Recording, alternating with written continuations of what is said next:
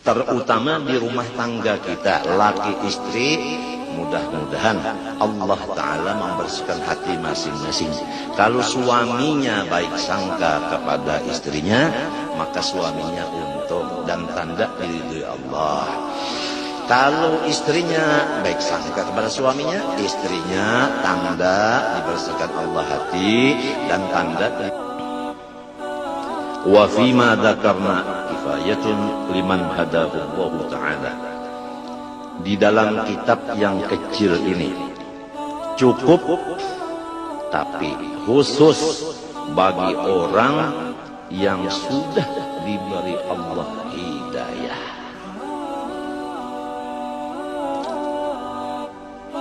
Wa qad ajma'u annahu la yasilu ahadun ila maqami husnul dhann illa in tahhara Allah Ta'ala batinahu min sa'iril radha'il. Ulama-ulama ijma' atau sepakat memutuskan bahwa tidak bisa mendapat seseorang makom baik sangka kepada semua orang Islam terkecuali sesudah Allah Ta'ala yang kuasa membersihkan hatinya dari semua sifat-sifat yang keji dan kotor. Jadi terserah Allah aja lagi. Kalau Allah membersihkan hati dari semua kekotoran-kekotoran sifat yang keji itu tadi, nah baru bisa mencapai makom baik sangka kepada semua kaum muslimin. Yang paling berat begini, kalau orang Islam mengerja ibadah mudah kita baik sangkanya, tapi kalau orang Islam ibadahnya koler sedikit, di sini cepat buruk sangkanya kita kepada orang itu. Aduh, orang ini kaya. Aduh, orang ini sehat. Aduh, orang ini sudah punya buyut. Tapi kenapa buang-buang waktu? Ujar hati kita. Kadang-kadang sampai ke lidah. Gara-gara kita buruk sangka. Melihat ibadahnya sedikit. Nah, jadi kalau melihat ibadah orang itu sedikit, nah, buruk sangka, karena sedikitnya itu yang dilihat. Kalau kita tidak melihat sedikitnya itu lagi, yang kita lihat ibadahnya itu aja. Jangan ada sedikitnya, jangan ada banyaknya, jangan. Sedikit ibadahnya yang dilihat, pasti kita baik sangka kepada orang itu. Demikian kepada orang kaya. Aduh, orang itu banyaknya hartanya, tapi namun pelit sekali. Nah, karena kita melihat pelitnya, kita tidak melihat dia tiap tahun zakat dilaksanakan. Yang dilihat itu setahun sekali zakatnya itu yang dilihat. Tapi berat ini. Yang kebanyakannya kita melihat zakatnya itu tidak dilihat lagi. Yang dilihat sehari-seharinya itu. Tidak pernah memberi makan orang, tidak pernah mengumpulkan anak yatim dan sebagainya. Nah, memang kalau Allah belum membersihkan hati kita, begitulah kejadiannya. Terutama di rumah tangga kita, laki istri. Mudah-mudahan Allah Ta'ala membersihkan hati masing-masing. Kalau suaminya baik sangka kepada istrinya, maka suaminya untung dan tanda diridhoi Allah. Kalau istrinya baik sangka kepada suaminya, istrinya tanda dibersihkan Allah hati dan tanda diridhoi oleh Allah. Yang penting rumah tangga, bukan yang di sebelah rumah, bukan. Yang penting rumah tangga kita. Karena rumah tangga kita adalah kerajaan kita. Jadi kerajaan kita adalah rumah tangga kita. Ini bagi orang yang punya rumah tangga. Yang belum punya rumah tangga, kerajaannya adalah dirinya ini. Hatinya sebagai raja atau pemimpin, anggota yang lain seperti rakyatnya. Kalau sudah hatinya bagus, rakyatnya semuanya ikut bagus. Ya, kita mohon kepada Allah, mudah-mudahan Allah membersihkan hati seisi rumah kita, supaya serumahan menjadi orang yang diridhoi oleh Allah Subhanahu wa Ta'ala dan penuh dengan keberkatan.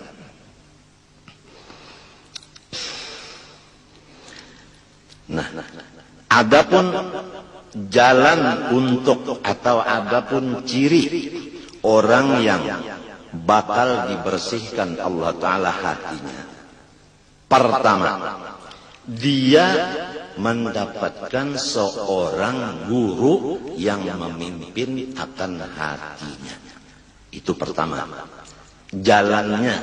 Jalannya untuk mencapai hati yang bersih tadi, punya guru yang memimpin supaya hati menjadi baik. Jelasnya, kalau punya guru yang baik sangka, insya Allah kita akan menular baik sangkanya itu kepada kita. Tapi kalau punya guru yang buruk sangka, nah itu menular juga kepada si muridnya sifat buruk sangka itu. Itu namanya nazrah, pandangan dari seorang guru.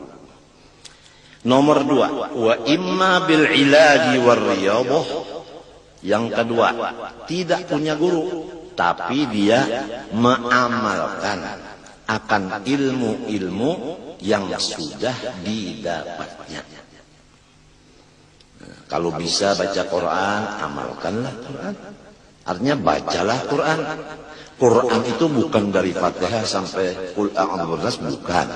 Bismillah. Quran diulang-ulangi, bismillah, bismillah, bismillah, bismillah.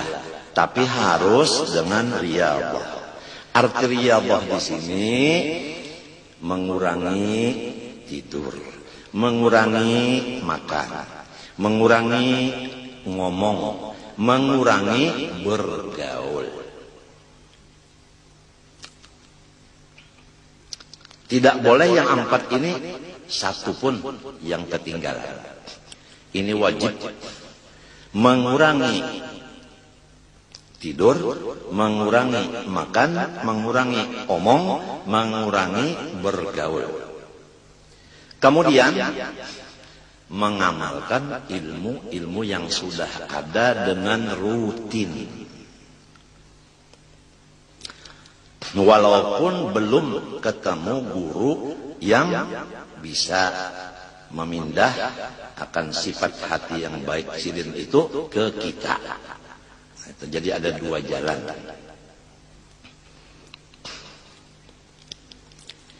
Adapun tandanya orang yang sudah selesai daripada perkara ini sehingga mendapat hasil, yaitu baik sangka, yaitu bihaitsu yasiru la yahturul fahsya'u ala balih, yaitu sekira-kira kada pernah sedetik lagi pun melihat aib orang lain. Tidak pernah ada kotor, tidak ada pernah geretek di hati melihat aibnya orang, apalagi mengeluarkan ke perkataan, ke lidah. Itu tandanya yang sudah berhasil. Baik berhasil dengan sebab pimpinan guru, atau berhasil dengan sebab dia berusaha beribadah dengan melaksanakan 4 syarat tadi. Mengurangi makan, minum, omong, gaul. Jadi itu ada ukurannya. Udah sampai belum? Wa ma dama fi batinihi syai'un minar radha'il fal ghalibu su'u dhannihi bin nas. Selama masih ada di hati seseorang sedikit saja daripada sifat yang tidak baik, maka jelas sangka-sangkanya dengan orang lain pasti jahat. Jadi selama ada sifat yang jahat sedikit saja di hati suami, pasti dia buruk sangka kepada istrinya. Demikian istri terhadap suaminya. Demikian adik terhadap kakaknya, kakak terhadap adiknya. Jadi rumah tangga menjadi neraka jahanam, bukan menjadi surga ridwan lagi, bukan. Karena ada satu aja yang belum bersih hati. Tandanya sangka-sangka tidak baik. Nah, kenapa jadi orang buruk sangka kepada saudaranya sendiri? Qiyasan ala ma indahu, karena dia menganggap bahwasanya diri orang yang jahat itu sama dengan aku.